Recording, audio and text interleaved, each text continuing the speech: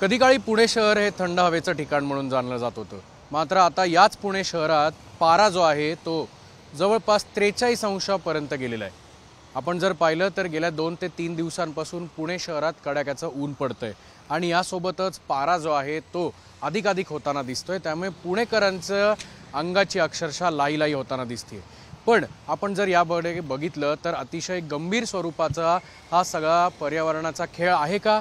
नेमका सूर्यदेवाची प्रकोपाची कृपा पुणे शहरावरच का बरसते? असे अनेक प्रश्न घेऊन माझ्यासोबत पर्यावरण तज्ज्ञ सचिन पुणेकर आहेत. सर, स्वागत आहे साम टीव्हीमध्ये. स्वतः पर्यावरण तज्ज्ञ तुम्ही आहात आणि शिवाय पुण्याचे आहात. बेसिक प्रश्न अतिशय मनात उद्भवतो. पुणे शहर हे थंड हवेचं हिल स्टेशन मानलं जायचं. उन्हाळ्यात पारा आपण जर बघितला की अगदी म्हणजे 7-8 वर्षापूर्वी जरी असेल तरी 37, 36, 38 पर्यंत फ्लक्च्युएट व्हायचा. आता थेट पारा जो आहे तो 43 अंश 44 अंशापर्यंत जातोय. डोक्यात एकच विचार येतो, पहिला प्रश्न येतो की याची नेमकी कारणं काय? कारणं बरीच आहेत. कारणं नैसर्गिक देखील आहेत आणि सर्वात महत्त्वाचं कारण ही मानवनिर्मित आहेत. आपण जर बघितलं की पुणे, जसं तुम्ही म्हणालात की एक पेन्शनर सिटी असं पुण्याबाबत म्हणलं जायचं आणि पुण्याची कला, संस्कृती, पर्यावरण हा एक मोठा वारसा पुणे शहराला मिळालेला होता. पण गेल्या काही वर्षात किंवा दशकात आपण बघतोय की पुण्याचं वातावरण हे मोठ्या प्रमाणात बदलतं आहे. त्याला कारणं अनेक आहेत. त्याला आपली जी मानव केंद्रित विकास जो आपण या पर्यावरणाला लादतोय हा सर्वात महत्त्वाचा त्याच्यामागचा विचार आहे. कारण आपण बघतोय की पुणे शहरामध्ये पूर्वी हायराईज बिल्डिंग मोठ्या प्रमाणात नव्हत्या. आज आपण बघतोय की पुण्याची जी वहन क्षमता आहे त्याची कॅरिंग कॅपॅसिटी जी पुण्याची होती आणि पुणे परिसर आपण जर बघितलं तर पुणे परिसरामध्ये सभोवताली सगळीकडे मोठ्या प्रमाणात छोट्या टेकड्या आहेत आणि पुण्यामध्ये ओढे, नाले, नद्या, एक नैसर्गिक वारसा पुण्याला हा आपल्याला मिळालेला आहे. पण आज होतं आहे काय की या नैसर्गिक वारसा जो आहे, जो बायोलॉजिकल हेरिटेज आहे, म्हणजे टेकड्या असतील किंवा नद्या असतील किंवा ओढे असतील, याच्यावर मोठ्या प्रमाणात अतिक्रमणं मानव केंद्रित विकासाची ही मोठ्या प्रमाणात झालेली दिसतात. आणि शिवाय मेट्रोकडे पुण्याची जी वाटचाल होताना आपल्याला दिसते आहे. शहर वाढतं आहे, शहर फुगतं आहे. खरं तर शहराला एक प्रकारे सूज येते आहे आणि आपण बघतो आहे की वाढतं शहरीकरण असेल, औद्योगिकरण असेल आणि मोठ्या प्रमाणात कन्स्ट्रक्शन ॲक्टिव्हिटी असेल, मग तिथे सिमेंट कॉन्क्रीटचा भडीमार हा आपल्याला मोठ्या प्रमाणामध्ये या शहरावर लादलेला दिसतो.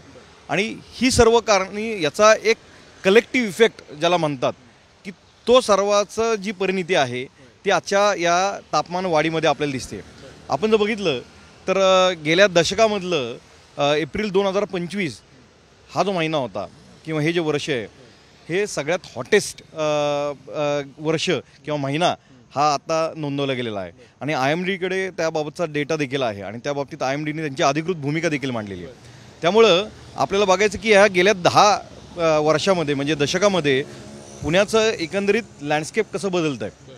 आणि हा लँडस्केप जो आहे तो मोस्टली सिव्हिक वर्क जे आहे, कन्स्ट्रक्शन ॲक्टिव्हिटीज जे आहेत किंवा वाढता राडारोडा असेल किंवा वाढतं प्रदूषण आहे, मग ते दुचाकी असतील, चारचाकी असतील, याच्या माध्यमातून जे वाढणारं प्रदूषण. कारण का पुणे हे शहर आपण बघितलं की वाढतं पॉप्युलेशन तर आहेच, मेट्रोकडे वाटचाल आहे आणि सगळ्यात महत्त्वाचं तुम्ही बघता व्हेकलवर पॉप्युलेशन जे आहे आणि कुठेतरी पब्लिक ट्रान्सपोर्ट हा अंडररेट झालेला आहे आणि मेट्रो आता येऊ घातलेली आहे. पण तरी आपण कम्पॅरेटिव्हली आपण बघितलं तर वाढतं व्हेकलवर पॉप्युलेशन पुण्याचं, त्याच्यातनं जे धूर ओकणाऱ्या ज्या व्हेकल्स आहेत त्याचं वाढतं प्रमाण आहे, प्रदूषण वाढतंय, त्याच्यामुळे हा कलेक्टिव्ह इफेक्ट दिसतो. तुम्ही जसं म्हणताय की आपण जर बघितलं तर हा सगळा पुणे शहराचा भाग आहे.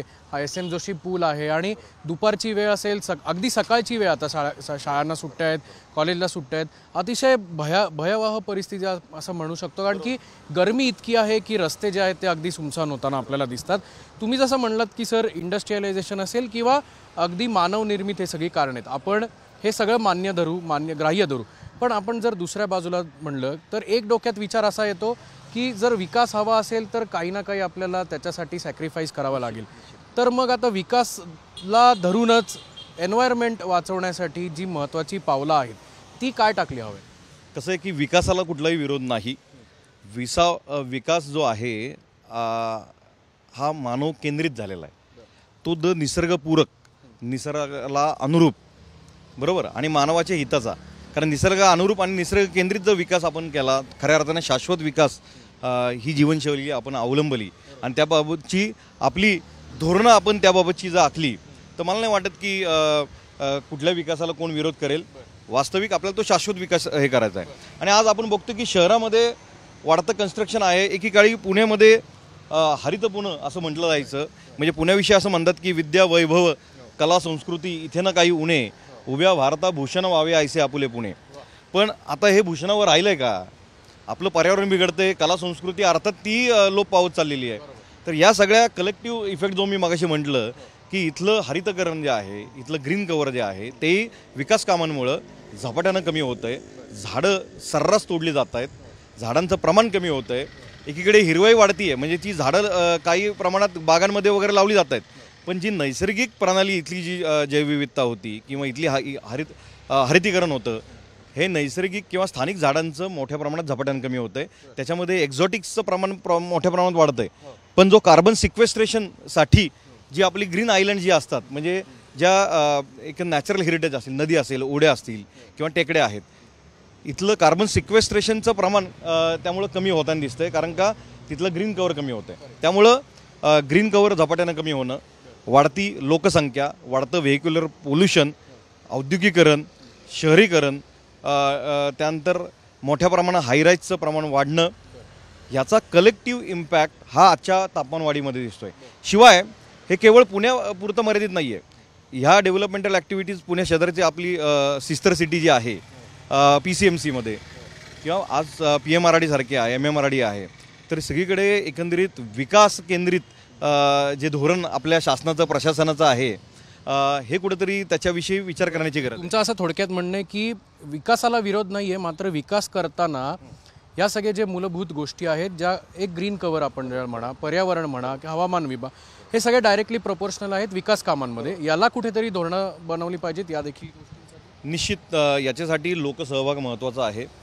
जे तज्ज्ञ आहेत, पर्यावरण अभ्यासक आहेत किंवा वेगवेगळ्या सामाजिक विषयांवर काम करणारे तज्ज्ञ व्यक्ती असतील, तर यांच्याशी कुठेतरी एकंदरीत एक कॉन्सोर्शियम आपण एस्टॅब्लिश केला पाहिजे.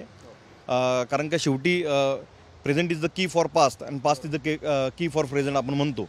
तर आपल्याला भविष्य जर वर्तवायचं असेल तर त्याच्यासाठी आपल्याला वर्तमानामध्ये नक्की काय गोष्टी घडत आहेत हे तज्ज्ञांच्या माध्यमातून समजून घेतलं पाहिजे. आणि मला असं वाटतं की वेगवेगळ्या स्टेकहोल्डर्सनी एकत्रित येऊन हा पर्यावरणाचा, तापमान वाढीचा, म्हणजे क्लायमेट चेंज, वातावरण बदलाचा विषय हा एकत्रित आपण सर्वांनी हाताळणं गरजेचं आहे असं मला वाटतं. दुसरी एक गोष्ट, जेव्हा एप्रिल मे महिना येतो ना, तेव्हा आपल्याकडे एक लक्षात येतं की बाबा एप्रिल मे महिन्यात विदर्भ हा होरपळून निघतो अक्षरशः. आपण जर पाहिलं तर प्रत्येक एप्रिल मे महिन्यात आपण जर बघितलं तर पारा साधारण 40-42 अंशापर्यंत पोचलेला. हे आपल्यासाठी नवीन नाही, हे आपण अनेक वेळा ऐकलेलं आहे. तिथल्याही लोकांना ते सहमत आहेत, त्याच्याबरोबर ते ॲक्लेमटाईज झालेत थोडक्यात. पण पुण्यात 43 अंश असेल, 44 अंश असेल. आता नागपूरमध्ये बघितलं आपण किंवा इतर सगळे जे जिल्हे आहेत विदर्भातले, ब्रह्मपुरी असेल, वाशिम असेल, यवतमाळ असेल, त्या ठिकाणी जर विकासाचा आपण, त्या ठिकाणी जर इंडस्ट्रियलायझेशन आपण बघितलं, प्रायव्हेटायझेशन जर बघितलं, तर तुलनेने पुण्यापेक्षा ते कमीच आहेत. मग तरीसुद्धा तिथलं तापमान आणि आपलं तापमान आता जवळपास साम्य का होत आहे? नाही, यालाच म्हणजे यातनं खरं तर आपण बोध घेतला पाहिजे की विदर्भ असेल किंवा मराठवाडा असेल, इथं ही परिस्थिती पूर्वापारापासून आहे. कारण का तो सेमी एरिड किंवा एरिड रिजनमधला भाग आहे. तिथलं एडॅफिक फॅक्टर ते आहेत, सॉईल तशी आहे, तिथली खुरटी वनं आहेत, जंगलांचं एकंदरीत प्रमाण किंवा जंगलाचा एक टाईप जो आहे तो वेगळा आहे. ग्रासलँड्स आहेत, खुरटी वन आहेत. पुणे तसं नाही आहे. पुणे हे टेकड्यांनी सराउंडिंग केलेलं आहे. इथं आदर पानझडी वनं, शुष्क पानझडी वनं, अशा पद्धतीचा आदिवास आहे. हीच तर अलार्मिंग गोष्ट आहे की पुण्यासारख्या एवढ्या निसर्ग समृद्ध असलेल्या ठिकाणी हा बदल आपल्याला अनुभवायला मिळतो आहे. आणि याच्यातनं आपण बोध घेतला पाहिजे की ही पुण्यावर परिस्थिती ओढवली काय आहे. तर याच्यामध्ये मानवाचा चुकीचा हस्तक्षेप निसर्गामधला हा कळीचा मुद्दा आहे. तर तो मानवाने जो चुकीचा हस्तक्षेप निसर्गामध्ये ढवळाढवळ जी लावली आहे ती कुठेतरी कमी केली पाहिजे. निसर्गाला पूरक आणि निसर्ग केंद्रित विकास, मी परत तेच म्हणेल की शाश्वत विकास, निसर्गपूरक विकास हा आपण याच्यापुढे निश्चित धोरणांमध्ये तो घेतला गेला पाहिजे. आणि विदर्भ, मराठवाडा या ठिकाणी वातावरण हे उष्म आहेच, परंतु ते तिथले लोक त्याला ॲडॉप्ट झालेले आहेत. पुण्याच्या लोकांना ती सवय नाही आहे. कदाचित येणाऱ्या काळामध्ये जसं विदर्भामधल्या लोकांना ती सवय आहे उष्मांकाची किंवा अति तापमानाची, तशी येणाऱ्या काळामध्ये पुणेकरांना होईल, पण हे होऊ नये, ते तापमान परत नॉर्मलला यावं अशी एकंदरीत विनंती आपल्या सर्वांनाच करायला पाहिजे. आणि यासाठी लोकसहभागातनं आपण हा विषय हाताळला पाहिजे. आपण जबाबदारी एकमेकांवर ढकलून, प्रशासनानं शासनावर ढकलून चालणार नाही आहेत. याच्यामध्ये लोकसहभाग पण आहे, लोकांनी पण त्याच्यामध्ये भूमिका बजावणं गरजेचं आहे. आणि व्हेक्युलर पॉप्युलेशन असेल ते कसं कमी करता येईल, किंवा एकंदरीत माझ्या माध्यमातून पुण्याचं हरितीकरण कसं वाढवता येईल, हा देखील प्रयत्न लोकांनी केला पाहिजे. सर, आपण जर बघितलं तर पुण्याच्या चहूबाजूनी सगळीकडे विकास होतोय का होतोय. IT कंपनीज असतील, मोठे मोठे मॉल्स असतील, मोठे रस्ते असतील, किंवा अगदी बिल्डिंग असतील, अनेक ठिकाणी त्याचा विस्तार होताना आपल्याला दिसतो. आपण जर बघितलं तर एक गोष्ट प्रामुख्याने याच्यात नजरेसमोर येते की विकास हवा असेल तर तुम्हाला अगदी या सगळ्या गोष्टी कराव्याच लागणार. जसं तुम्ही म्हणताय की तुमच्या बोलण्यातनं वेळेला जाणवतं की मानवनिर्मित हे प्रॉब्लेम्स होत आहेत, म्हणूनच या गोष्टी होत आहेत. पर्यावरणाच्या जर आपण अँगल तो बघितला, हा मुद्दा आहे का, तर हा मुद्दा आहे. पण पर्यावरणाची जर आपण बाजू समजून घेतली तर हे फॅक्टर्स कशामुळे लीड होत आहेत की जेणेकरून तापमान इतकं भयानक होतं. हे बघा, कुठलंही तापमान बदल जेव्हा होत असतो तेव्हा त्याची सुरुवात ही छोट्या गोष्टीतनं होत असते. आता पुणे शहरात आपण बघितलं तर मी मगाशीच म्हटलं की पुण्याची हिरवाई कदाचित वेगळ्या पद्धतीत वाढली असेल, पण ती झाडं आपण लावली कुठली? ती झाडं निवडत असताना आपण स्थानिक देशी वनस्पतींचं निवड केली आहे का परदेशी झाडं लावतोय? कारण का शेवटी त्या ठिकाणी लोकल क्लायमेट जे आहे. बोलता थेट आपण एका लिंबू सरबताच्या ठिकाणी येऊन पोहोचलोय. जसं तुम्ही म्हणताय की गरज आहे, जसं तुम्ही म्हणताय की पर्यावरणाचे मुद्दे आहेत का, तर नक्की आहेत. पण याच पर्यावरणाला अनुसरून जे धोरणं बनत आहेत ते कुठेतरी मागे होत आहेत का? आणि टेकड्यांचा विषय आहे तो आहे, पण या सगळ्या बाबतच्या पर्यावरणाचे फॅक्टर्स जे आहेत ते किती मूलभूत आहेत? नाही, पर्यावरण हे बघा, countries ecology is very important. कारण का आर्थिक धोरणं किंवा विकासाची धोरणं ही कुठल्याही राष्ट्राची, राज्याची किंवा शहराची ही तिथल्या नैसर्गिक साधनसंपत्तीवर अवलंबून असतात. त्यामुळे कंट्रीज इकॉनॉमी किंवा countries health depends on the local ecology of the particular geographical area. त्यामुळं जेव्हा नॅचरल रिसोर्सेस म्हणजे ते पाणी असेल, जंगलं असतील, माती असेल, जमीन असेल, याच्याबाबत जी चुकीचा हस्तक्षेप निसर्गामध्ये लोकांचा होतो, मग त्याच्यामध्ये लोक आले, प्रशासन आलं, शासन आलं, सगळेच घटक. तर हे कुठेतरी आपण समजून घेतलं पाहिजे आणि वाढता जो हस्तक्षेप आहे चुकीचा तो आपण थांबवला पाहिजे, एवढंच मी म्हणेल. आणि मला पुन्हा एकदा सांगायचं आहे की महत्त्वाचे घटक काय आहेत, तर पाणी. नदी प्रदूषित आहे, ती आपल्याला परत शुद्ध करण्यासाठी काय करावं लागेल. आपल्याकडे भूजल पातळी झपाट्यानं कमी होत चाललेली आहे. कारण का आज जमिनीमधलं पाणी हे देखील महत्त्वाचं आहे. त्याच्यामुळं तिथलं टेम्परेचर मेंटेन होण्यासाठी तो उपयोग होत होता. आज पुण्यामधलं भूजल हे एवढ्या मोठ्या प्रमाणात डिप्लीट होतं आहे की येणाऱ्या काळात 2050पर्यंत कदाचित पुन्हा उठूही शकतं. का, तर भूजल नाही आहे. आज बघता आपण पुण्याच्या आउटस्कट्सला एवढ्या हायराईज इमारती होत आहेत, 2.5 करोड 3 करोडला फ्लॅट आहेत. आज लाखो रुपयांची बिलं, ही टँकरची पाण्याची बिलं ही प्रत्येक सोसायटीला येत आहेत. जर 3-3 करोडचे फ्लॅट तुम्ही घेतायत आणि प्यायला जर थेंब नसेल तुमचा पाण्याचा, तो तुम्हाला कुठं तरी मागवावा लागतोय. म्हणजे आपण कुठेतरी शोषण, दोहन हे नैसर्गिक स्रोतांचं आपण करतोय. म्हणजे भूजल पण उपसा आपण कुठं तरी करून आणतोय आणि तो इथं आपण त्यांना देतोय. तर हा सगळा विचार आपण करायला पाहिजे. आणि पुण्याचा विकास आराखडा असेल, कुठल्याही शहराचा असो, तर त्या विकास आराखड्यामध्ये हे नैसर्गिक मूलभूत स्रोत जे आहेत यांचं जतन, संवर्धन, त्यांच्याविषयीची आरक्षणं. म्हणजे आता पुण्यामध्ये भूजल साठे, रिचार्ज झोन्स आपल्याकडे आयडेंटिफाय केलेले आहेत. जर अशा भूजल साठे जिथे रिचार्ज झोन्स आहेत यांना जर आरक्षित करता आलं तर येणाऱ्या काळामध्ये ते आपल्याला भूजल साठा तो संवर्धित करता येईल. जर ह्या भूजल साठा जे रिचार्ज झोन आहेत ह्याच्यावर जर कन्स्ट्रक्शन झाली किंवा तिथे डेव्हलपमेंट झाली, अतिक्रमण झाली, तर आपण पुढे काय करणार आहोत, हा मोठा प्रश्न आहे. अतिशय विस्तृतपणे जर तुम्ही जसं या सगळ्या गोष्टीचं विश्लेषण करताय, शेवटच्या प्रश्नापर्यंत येतोय. आपण जर पाहिलं तर लोक घरी जातात, उन्हातून थकून जातात, थंड पेय आपण जसं आता घेणार आहोत थंड पेय घेतात, कुठेतरी रिलॅक्सेशनसाठी आईस्क्रीम असेल, सॉफ्ट ड्रिंक्स असतील, अनेक गोष्टी होत असतात. घरी AC लावत आहेत लोक, ACचं कन्झम्पशन जे आहे ते देखील वाढताना आपल्याला पाहायला मिळतं आहे. पण एक सामान्य म्हणून आपण 1-2 दिवस याबाबत बोलतो की बाबा आज खूप उन्हाळा आहे, आज खूप उकडते. पण नैतिक जबाबदारी प्रत्येक व्यक्तीची आहे या संदर्भात आणि पर्यावरण रक्षण, जेणेकरून टेम्परेचर राईज हा ग्लोबल फिनॉमिनन आहे असं आम्हाला वाटतं.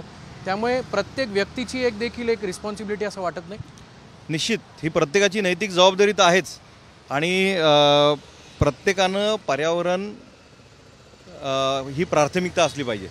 म्हणजे मी एक व्यक्ती जरी असलो तरी केवळ मी सिस्टीमवर अवलंबून न राहता मी काय माझ्या परीनं प्रयत्न करू शकतो आणि माझ्या परिसरामधलं पर्यावरण असेल, माझ्या परिसरामधलं प्रदूषण रोखण्याचं काम असेल किंवा त्याबाबतचा जनजागर असेल किंवा काही इनिशिएटिव्ह ॲक्टिव्हिजममध्ये असेल किंवा प्रशासनाला मदत असेल, तर अशा प्रत्येकाने ती जबाबदारी ओळखून ते माझं नैतिक कर्म आहे किंवा कार्य आहे अशी भावना जर ठेवली तर मला निश्चित वाटतं की हे जे काय मानवनिर्मित असेल किंवा नैसर्गिक जे संकट आपल्यावर घोंगावतं आहे याला परतून लावण्याची ताकद ही जनसामान्यांमध्ये आहे. आणि जर आपण एकवटलो एका विचारानं आणि खऱ्या अर्थानं पर्यावरण साक्षर आणि सजग आणि सक्षम जर नागरिक निर्माण झाला तर मला असं वाटतं हे आलेलं आसमानी संकट असो वा कुठलं मानव केंद्रित संकट असो ही परतवण्याची ताकद आपल्यामध्ये आहे आणि हाच विचार शिवरायांनी आपल्याला दिलेला आहे. तर तोच आपल्याला विचार पुढे न्यायचा आहे. सर, शेवटचा प्रश्न. टेम्परेचर वाढतंय गेल्या काही दिवसांपासून, हा पहिला प्रश्न होता. तोच प्रश्न पुन्हा येतोय मनात की टेम्परेचर या वर्षानंतर आता 2025मध्ये आपण बघितलं तर 42-43 अंशापर्यंत जात आहे, पण याच्या पुढेही टेम्परेचर वाढत राहील म्हणजे येणाऱ्या वर्षांमध्ये? कारण का ज्या पद्धतीचा विकास आपण बघतोय, ज्या पद्धतीची डेव्हलपमेंट होताना दिसत आहेत, तर निश्चितच टेम्परेचर हे वाढत जाणार आहे. ते काय एकदम आज switch on switch off button दाबलं असं ते होणार नाही आहे. तर यासाठी आपल्याला दीर्घकाळ काम करावं लागणार आहे. म्हणून लोकसहभागातनं आणि समाजातले विविध घटक एकत्रित येऊन जर काम केलं तर कदाचित 10 वर्ष लागणार असतील हे आपल्याला मिटिगेट करण्यासाठी. कंडिशन हे डिझास्टर सिच्युएशन जी आहे आलेली आपत्कालीन ती थोपवण्यासाठी आपल्याला दीर्घकाळ काम करावं लागेल. जर आपण एकवटलो, ती संघटन शक्ती वाढवली तर 10 वर्षाचं काम आपण 2 वर्षात कदाचित करू शकतो. पण याच्यासाठी आपल्याला पर्यावरण साक्षर आणि सजग नागरिक आणि समाजातला घटक आवश्यक आहे. आता दुपारचे साधारण 2 ते 3 वाजलेत. या वेळेला आपल्याला लिंबू सरबताची देखील आवश्यकता पडते असं वाटते. खूप खूप धन्यवाद सर, तुम्ही या अतिशय विस्तृतपणे विश्लेषण केलं. तर आपण बघू शकतो की येणाऱ्या काळात तुम्हाला जर असं वाटत असेल की थंड पेय पिऊन कुठेतरी गरमी कमी होतीये, AC लावून गरमी जी आहे ती कमी होतीये, असं जर तुम्हाला वाटत असेल तर ते वाटू देऊ नका.